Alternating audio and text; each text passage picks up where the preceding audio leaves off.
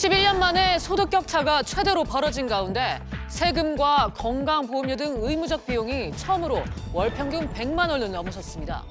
저소득층의 소득 감소 속에 처분 가능한 소득은 더 크게 줄어들면서 소비 여력이 크게 떨어지고 있습니다. 문재인 대통령이 자영업자들의 신용카드 수수료 부담 완화 방안을 마련하라고 직접 지시했습니다. 최종국 금융위원장은 오늘 당장 카드사 사장단을 만나 수수료 인하 방안을 확정할 예정입니다. 삼성전자 반도체 백혈병 분쟁이 11년 만에 마무리됐습니다. 삼성전자는 대표이사가 직접 공식 사과하고 관련 질병 모두를 보상하기로 했습니다. 블랙 프라이데이를 시작으로 미국 최대 연말 쇼핑 시즌이 개막됐습니다. 우리 기업들도 맞불 대규모 할인 행사에 나선 가운데 해외 직구에서 피해를 볼 수도 있어 주의가 필요하다는 지적입니다. 이상이 시각 주요 뉴스입니다. 올 3분기 가계소득 격차가 역대 최대 수준으로 벌어지면서 정부 정책 기조인 소득주도 성장이 제대로 작동하지 않고 있다는 비판이 일고 있습니다. 여기에 세금, 보험료 등 비소비 지출이 역대 최대 폭으로 늘면서 저소득층의 부담은 더 커지고 있습니다. 자세한 소식 취재기자 연결해 알아보겠습니다. 장가희 기자. 네, 장가희입니다. 네, 정부가 양극화 해소를 위해서 막대한 재정을 투입하고 있는데 효과가 나타나지 않고 있는 것 같아요. 네, 그렇습니다. 3분기 가계 동향 조사를 보면 소득 하위 20%는 근로소득과 사업소득이 모두 급감했습니다. 근로소득은 지난해 같은 기간보다 22.6% 줄었고 사업소득은 13% 감소했습니다. 특히 이들 소득 하위 20%의 이전소득, 그러니까 복지수당이나 보조금 등은 60만 4,700원으로 근로소득 47만 8,900원보다 많았습니다. 이전 소득이 19.9% 늘었지만 늘어난 이전 소득이 줄어든 근로소득과의 격차를 메우지 못하면서 1분기 계층의 소득은 지난해보다 7% 줄었습니다. 네, 반면 소득 최상위층은 공적 이전 소득도 급증했죠. 이 정부 재정 지원 수혜를 상위층이 얻는 게 아닌가 싶은데요. 네, 맞습니다. 소득 최상위 계층은 연금과 사회수혜금, 세금 환급금 등 공적 이전 소득도 급증했습니다. 가구 소득을 개인 소득으로 환산한 균등화 처분 가능 소득 기준으로 공적 이전 소득은 상위 20%인 5분위가 51.4% 늘면서 가장 큰 폭의 증가율을 나타냈습니다. 반면 소득 하위 20%인 1분위는 증가율이 21.5%에 그쳤습니다. 저소득층을 위한 정부 재정 지원의 수혜를 거꾸로 고소득층이 누리고 있다는 해석이 가능합니다. 통계청은 연금 수급이 소득 상위 계층에 상대적으로 몰리는 데다 아동수당도 보편적으로 나눠준 데 따른 영향이라고 분석했습니다. 이런 가운데 세금과 건강보험료를 포함한 의무적 비용, 그러니까 비소비 지출이 처음으로 월 평균 100만 원을 넘어섰다고요? 네, 그렇습니다. 지난 3분기 가구당 월 평균 비소비 지출은 106만 5천 원으로 집계됐습니다. 처음으로 100만 원을 넘어서며 증가율은 역대 최대를 기록했는데요. 비소비 지출이 소득보다 훨씬 빠른 속도로 증가하면서 가계의 소비 여력은 쪼그라들고 있습니다. 특히 3분기 1분위의 가구당 월 평균 소득은 지난해 같은 기간보다 7% 감소했지만 처분 가능 소득은 10.1% 급감했습니다. 마음대로 쓸 수 있는 돈은 월 평균 101만 200원에 불과했습니다. 지금까지 SBS CNBC 장가입니다. 가난한 사람의 벌이가 더 줄고 부자들의 벌이는 더 늘어난다. 쉽게 얘기하면 소득 양극화라고 표현을 하죠. 이 격차를 좀 줄이면 좋은데 쉽지 않아 보입니다. 지난 3분기 가계동향조사 소득부문 결과가 발표가 됐는데 소득 양극화가 3분기 기준으로 11년 만에 최악으로 나타났습니다. 원인을 놓고 여러 얘기가 있는데 당장 비판 도마 위에 오른 게 문재인 정부의 소득주도 성장 정책입니다. 최진봉 성공회대 교수와 함께 자세한 얘기 나눠보도록 하겠습니다. 교수님 어서 오세요. 네, 안녕하세요. 이제 우리가 흔히 이제 계층을 저소득층, 고소득층 이렇게 이제 구분을 하는데 네. 이 소득 격차가 지금 벌어질 대로 벌어진 것 같아요. 그러니까요. 지금 점점점 안 좋아지고 있는데 방금 리포트에서 들으셨지만 사실은 격차가 점점 더 안 좋아지고 있는 상황이거든요. 네. 고소득층은 더 많은 돈을 버는 상황이고 지금 상위 20% 같은 경우에는 뭐 8.8%, 8.9%가 성장한 걸로, 그러니까 돈이 더 늘어난 걸로 보여지고요. 그다음 하위 20%는 7%가 감소를 했어요. 그러니까 도리어 지금 문재인 정부가 추진하고 있는 소득 격차를 줄이겠다고 하는 이 정책이 제대로 지금 먹히지 않고 있는 상황이라고 볼 수 있을 것 같고요. 정부가 일자리 예산 54조 원 투자했는데 실제 그러면 일자리가 늘어났느냐? 지금 상황으로 보면 그렇다고 보기가 힘든 상황이죠. 그래서 좀 무겁게 받아들이는 것 같고 청와대에서 어제 발표한 거 보면 상당히 가슴 아프고 무겁게 받아들인다. 빠른 시간 안에 소득주 성장의 성과가 날 수 있도록 노력하겠다. 이렇게 발표를 했습니다. 네, 그러니까 지금 말씀하신 걸 정리해 보면 저소득층의 경제적 어려움이 더 커지고 있다 이렇게 그렇죠. 볼 수 있겠죠. 그렇게 볼 수밖에 없어요. 지금 네. 상황에서. 근데 가장 큰 원인이 뭐냐면 결국 이제 일자리 문제가 가장 중요하다고 네. 보여지는데 물론 이제 이렇게 볼 수 있을 것 같아요. 일자리를 어떤 일자리를 중요하게 고려하냐 문제. 그러니까 당장 일자리를 많이 만들어내는 거. 다시 말씀드리면요. 저임금의 싼 노동력의 대가를 지급하고 일자리를 만들어내는 거. 그건 당장에 지금 이런 지표들을 호전시키는 도움이 될 수 있겠지만 문제는 그런 일자리가 정말 국민들에게 필요한 일자리냐 하는 부분에 논란이 될 수는 있거든요. 네. 그러면 저소득층은 당장은 돈의 수입이 있긴 하지만 그런 일자리에서 벗어나지 못해요. 그런 차원이 사실 이제 문재인 정부가 고민하고 있는 부분이라는 생각이 들고 이번에 이제 조사에서 이전소득 얘기가 나왔잖아요. 이전소득이 60만 이제 저소득층 같은 경우에 60만 4,700원. 근로소득보다 훨씬 많아요. 그 말은 결국 복지수당이나 아니면 정부에서 지원하는 수당이 그만큼 늘어났다는 건데 문제는 이 늘어난 분이 근로소득에 줄어든 부분을 메꾸지 못하는 데 문제가 발생하는 네. 거거든요. 그러니까 예전에는 근로소득 일정 부분, 뭐 지금 가장 큰 문제가 되는 게 일자리 중에 가장 빨리 감소하는 일자리가 결국 음식, 뭐 이런 숙박업 이런 데인데, 그렇죠. 네. 이런 업종들은 사실 아시는 것처럼 싼 임금에 그리고 이제 그 비정규직이 되는 거 아니겠어요? 네. 이런 일자들이 줄어들었다는 걸 얘기하는 것이고 네. 그것 때문에 결국 근로소득이 줄어들어서 전체적으로 이전 소득은 높아졌지만 그 이전 소득이 높아진 분이 근로소득이 줄어드는 부분을 메꾸지 못한 상황이기 때문에 요 간극을 정부가 어떻게 극복해내느냐가 중요한 상황이라고 보여집니다. 네, 뭐 방금 뭐 서비스업 쪽 얘기도 해주셨지만 이 최저임금 인상에 따른 고용 부진, 뭐 이 피해가 저소득층에 집중되고 있다 이런 그렇죠. 분석도 나오고 있는데 예, 맞습니다. 여기에 또 뭐 고령화등 구조적인 요인도 있다고 합니다. 그렇죠. 이 예. 교수님은 어떻게 진단하고 그러니까 계세요? 고령화 부분도 문제가 있죠. 그러니까 시스템이 네. 우리가 그러니까 사회 구조가 사실은 이제 고령화 사회가 되면서 고령화 사회에 있는 여러 분들에 대한 뭐 취업률 문제나 이런 문제가 함께 고려되는 부분이 있어요. 그럼에도 불구하고 어쨌든 아까도 말씀드린 것처럼 일자리 중에 가장 빨리 줄어드는 게 이런 서비스업이라고 하면 이건 최저임금과 직접적인 연관이 있는 게 맞아요. 그러니까 네. 정부 입장에서는 최저임금을 올리는 부분에 있어서 고민을 많이 해야 된다고 생각을 하고요.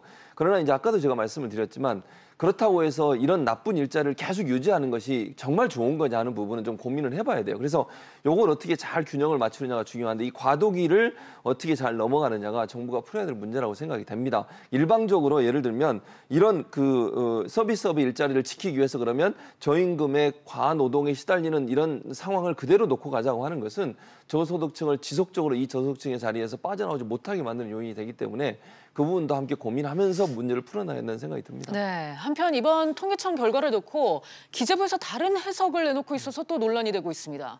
정부의 정책적 노력에 소득 격차는 다소 완화가 됐고 정책 효과가 나타나면 점차 개선될 것이다. 이런 설명입니다. 그러니까요. 이제 뭐 이거는 국민들이 볼 때 좀 이해는 안 되죠. 지금 당장 통계청의 자료를 보면 네. 이건 뭐 그런 성과가 아니잖아요. 근데 이제 이거는 결국 어떻게 해석할 수 있을까 하냐면 기재부 입장은 이런 거죠. 조금씩 변하다고 있는데 아직 네. 그게 지표로 나오지 않고 있는 상황이다. 이게 3분기 지표거든요, 지금. 근데 3분기 지표까지는 이런 지표지만 4분기에는 좋아지고 있다. 이렇게 이제 설명을 할 수는 있겠죠. 그러나 그렇다 하더라도 국민들이 느끼는 것은 통계청의 통계가 제대로 나와야 거기서 뭔가 성과가 있는 것을 나와야 실제적으로 느낄 수 있을 텐데 지금 보이진 않지만 조금씩 좋아지고 있다. 이런 말로 국민들을 설득하기는 조금 한계가 있다. 네. 근데 기재부가 저렇게 얘기하기보다는 좀 더 엄중한 이 상황에 대해서 좀 엄중함을 느낄 수 있도록 그렇게 발언한 것이 저는 필요하다는 생각이 듭니다. 네. 그러니까 정부 입장에서는 이 소득주도 성장 정책이 효과를 발휘하려면은 시간이 필요하다. 걸린다. 예, 그렇게 이 얘기하죠. 경제 패러다임이 바뀌는 과정이다. 이렇게 얘기를 하는데 그렇죠. 예. 이거를 어디까지 받아들여야 할까요? 그렇죠. 이제 언제까지 기다리냐 네. 이런 문제도 나오는 건데 사실 이게 시간이 좀 지났음에도 불구하고 성과가 안 나오고 있어서 그래서 저는 이제 정부가 조금 여러 가지 생각을 할 거라고 저는 생각을 해요. 네. 경제팀도 바뀌었잖아요, 이제. 그렇다고 하면 경제팀이 바뀐 이후에 수정적인 어떤 부분이 나올 가능성이 있거든요. 예컨대 가장 지금 눈에 띄는 게 물론 노동 진영에서는 반대하고 있지만 탄력 근로자 같은 문제도 사실은 원래 정부가 추진한 거하고 좀 변형된 부분으로 볼 수 있거든요. 그래서 이 최저임금 문제도 어떤 형태로든 약간의 수정과 변화가 일어날 가능성은 저는 있다고 봅니다. 물론 정부가 밝힌 건 아닙니다. 있습니다만 지금의 엄중한 경제 상황을 봤을 때 이 상태로 계속 가는 것은 도움이 안 된다고 판단할 가능성이 있고 그렇다고 하면 정부 입장에서도 일정 부분 상황을 바꾸기 위해서 또 전환을 하기 위해서 경제 정책의 틀을 약간씩 수정할 가능성이 다만 그럼에도 불구하고 아까도 말씀드렸지만 저소득층이 일정 부분 소득을 높일 수 있는 방향이라고 하는 근본적인 방향 또 좋은 일자리를 만들어낸다고 하는 소득주도 성장의 기본적인 틀 자체는 유지하면서 여기서 나온 여러 가지 부작용들을 좀 메꾸는 방법으로 수정된 어떤 내용들을 내지 않을까 이런 생각이 듭니다. 네, 정말 교수님 말씀대로 지금의 경제 상황 엄중합니다. 이 정부의 유연성 있고 발빠른 대처 기대해 보도록 하겠습니다. 교수님 오늘 말씀 감사합니다. 네, 감사합니다. 카드 수수료 인하와 관련해서 최종구 금융위원장과 카드사 사장단 간의 간담회가 예정돼 있습니다. 최 위원장이 카드 수수료 개편을 앞두고 카드사의 협조를 당부할 걸로 알려졌는데요. 자세한 내용은 취재기자 연결하겠습니다. 김성현 기자. 네, 김성현입니다. 네, 최종구 금융위원장이 카드사 사장단을 만난다고요? 네, 그렇습니다. 최종구 금융위원장은 오늘 오후 2시 여신금융협회장을 비롯해 카드사 사장단과 비공개 간담회를 갖는데요. 장소는 금융위원회로 알려졌습니다. 문재인 대통령이 어제 금융당국에 카드 수수료 부담 완화 방안을 마련하라고 주문한 데 따른 조치입니다. 최종구 위원장은 카드사 사장들에게 영세 가맹점에 대한 수수료 인하를 주로 하는 수수료 개편 방안에 대해 설명하고 협조를 당부할 것으로 알려졌는데요. 최 위원장은 카드업계 예상보다 큰 폭의 수수료 인하 방안을 제시할 것이란 관측도 나오고 있습니다. 네, 그렇다면 카드 수수료 개편 최종안은 언제 발표되는 겁니까? 네, 금융위는 오는 26일 당정협의회에서 최종 논의한 뒤 카드 수수료 개편안을 발표할 예정입니다. 당초 카드 수수료 관련 기관 태스크포스는 이달 중순에 개편안을 발표할 예정이었는데요. 카드업계와 자영업자 단체의 반발로 일정이 늦어졌습니다. 최종 개편안에는 연매출 5억 원 이하 가맹점에 1.3%를 적용하는 우대 수수료를 추가적으로 인하하거나 우대 가맹점 대상을 확대할 것이란 전망이 나오고 있습니다. 지금까지 SBS CNBC 김성현입니다. 삼성전자 반도체 공장의 백혈병 논란이 11년 만에 종지부를 찍습니다. 삼성전자와 백혈병 피해자 대변 단체인 반올림의 합의 협약식이 조금 전에 끝났는데요. 자세한 내용 취재기자 연결하겠습니다. 신윤철 기자. 네, 신윤철입니다. 네, 삼성전자가 반도체 백혈병에 대해서 공식 사과를 했죠. 네, 삼성전자와 반올림은 한국프레스센터에서 중재 판정 이행 합의 협약식을 진행했습니다. 이 자리에는 김기남 삼성전자 대표와 황상기 반올림 대표, 피해자와 그 가족들이 참석했는데요. 김기남 대표는 삼성전자가 문제를 조속히 해결하기 위한 노력이 부족했다며 사과했습니다. 삼성전자 백혈병 논란은 지난 2007년 3월 삼성전자 기흥 반도체 공장에서 근무하던 황유미 씨가 급성 백혈병으로 사망하면서 시작됐는데요. 직업병과 산재 인정 등을 놓고 논쟁이 시작됐고 이듬해 3월 피해자 단체 반올림이 발족하면서 분쟁이 본격화됐습니다. 하지만 양측이 합의점을 찾지 못하자 이를 중재할 조정위원회가 생겼고 최종적으로 양측이 조정위원회의 중재안을 받아들이고 협약식을 갖게 됐습니다.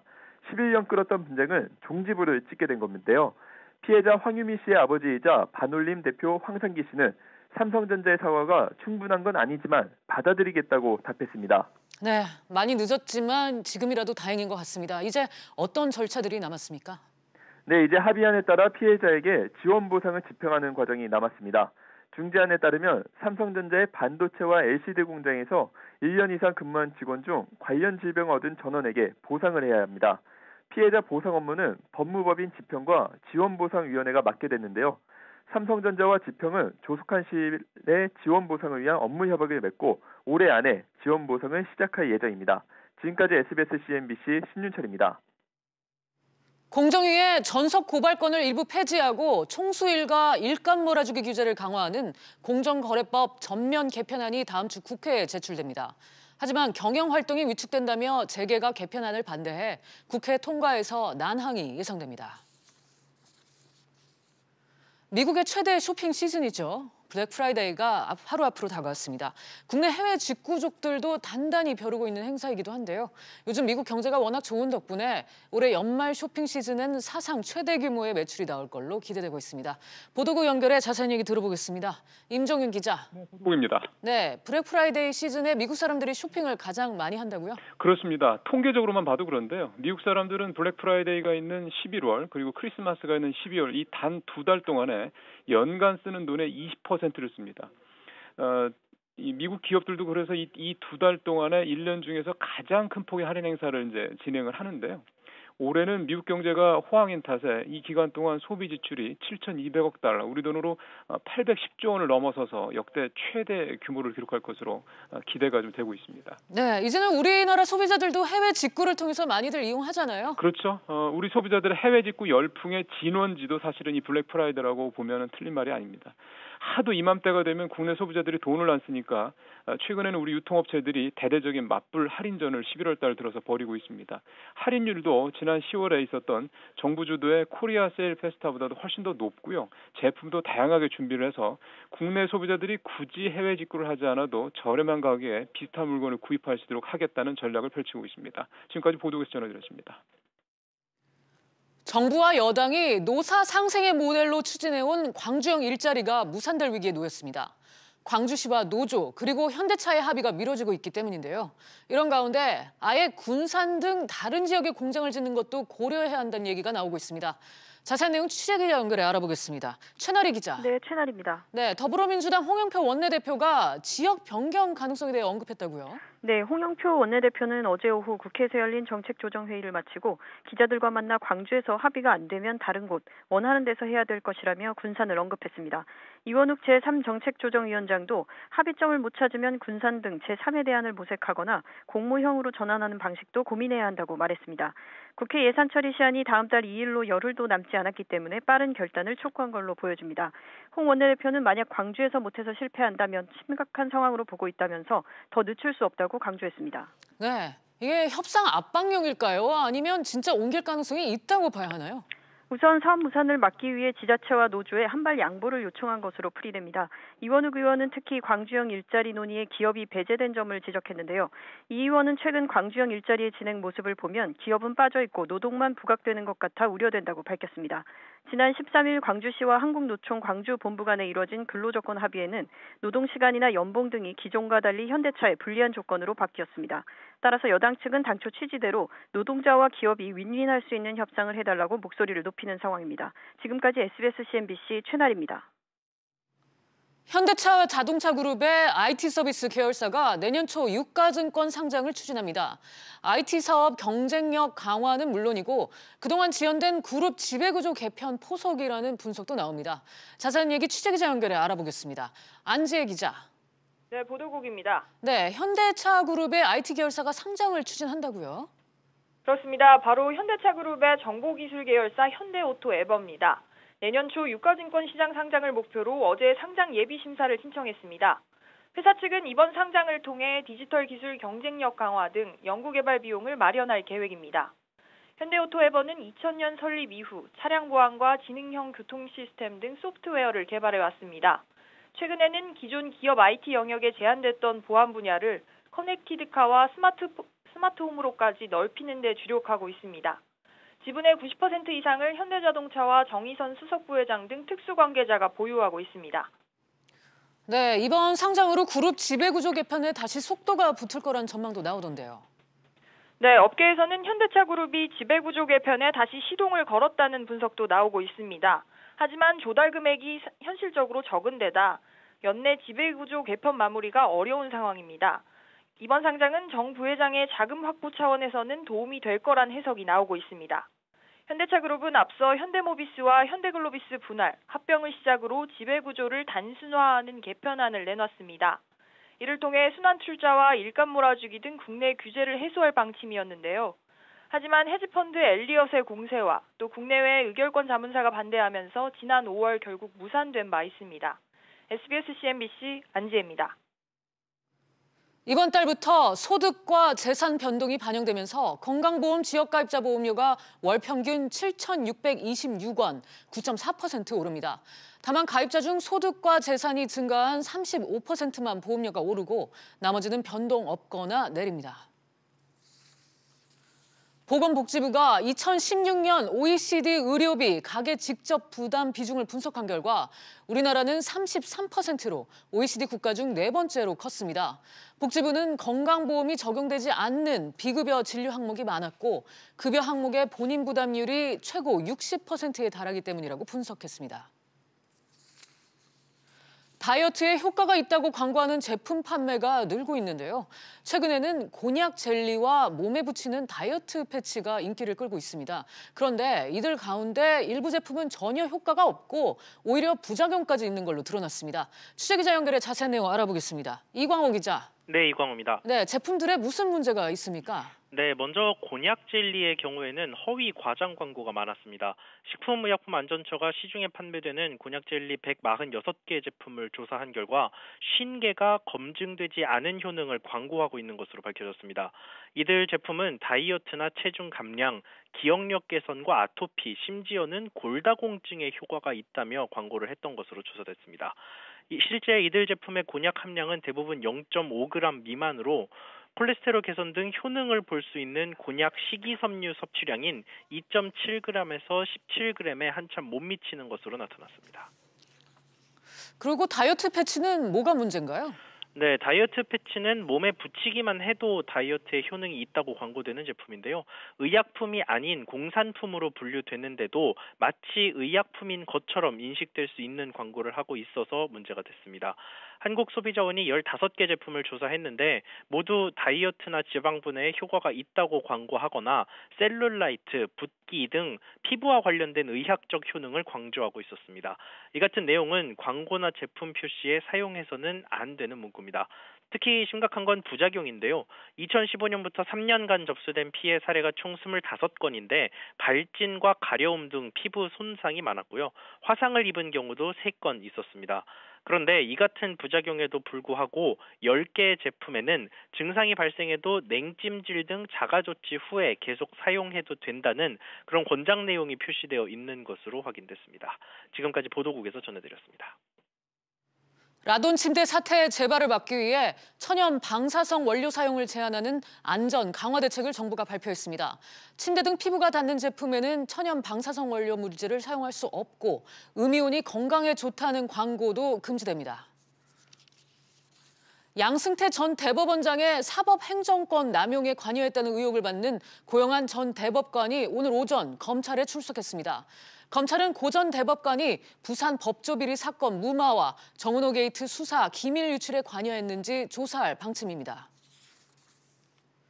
양승태 사법부가 청와대 법무비서관 후보를 선정하는 등 박근혜 정부 인사에 관여했다는 관계자 진술과 문건을 검찰이 확보했다고 알려졌습니다.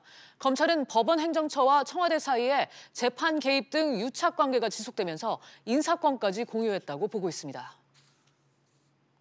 미국이 동맹국들에게 중국 화웨이의 5G 장비를 사용하지 말 것을 설득하고 있다고 월스트리트 저널이 보도했습니다. 월스트리트 저널은 미국 관리들이 독일, 일본 등의 관리와 통신업체에 중국의 불법 정보 수집과 통신 방해 등을 우려했다고 밝혔습니다. 이 시각 증시 상황 함께 살펴보시죠. 어제 기관과 외국인의 동반 매도세에 양 지수 모두 하락 마감했었는데요. 뉴욕 증시가 오늘 새벽 추수감사절 휴장한 가운데 우리 증시는 오늘 보합권에서 소폭 등락을 거듭하고 있습니다. 현재 코스피 0.65% 하락해서 2056선, 코스닥은 0.46% 하락해서 689선에서 거래되고 있습니다. 유가증권 시장에서 가장 이슈가 되고 있는 종목들 함께 살펴보시죠. 우선 삼성전자가 11년을 끌어온 반도체 백혈병 사태를 끝내고 구체적인 지원 보상의 절차에 돌입할 것으로 알려진 가운데 삼성전자는 주가에 그닥 영향을 받지 않은 모습이고요. LG전자 같은 경우에는 서비스 센터 직원 3,900명의 정규직 전환 소식에 현재 상승세 보이고 있습니다. 현대차 역시 SI 계열의 현대오토에버 상장 추진 소식에 상승세 보이고 있습니다. 삼성물산 같은 경우에는 분식회계 논란이 일었던 삼성바이오로직스의 거래 재개 기대감에 현재 2.49% 상승해서 98,800원 선에서 거래되고 있습니다. 코스닥 시장으로 넘어가 볼까요? 코스닥 시장 같은 경우에는 에너전트가 203억 원 규모의 에너지 솔루션 시공 계약 소식에 강세 보이고 있고요. 이외에 남북경업철도주가 남북철도 공동조사에 대해 대북 제재를 면제할 것이라는 전망이 나오면서 강세 보이고 있습니다. 지금까지 증시 상황 알려드렸습니다. 오늘 저희가 준비한 내용은 여기까지입니다. 시청해주신 여러분 고맙습니다.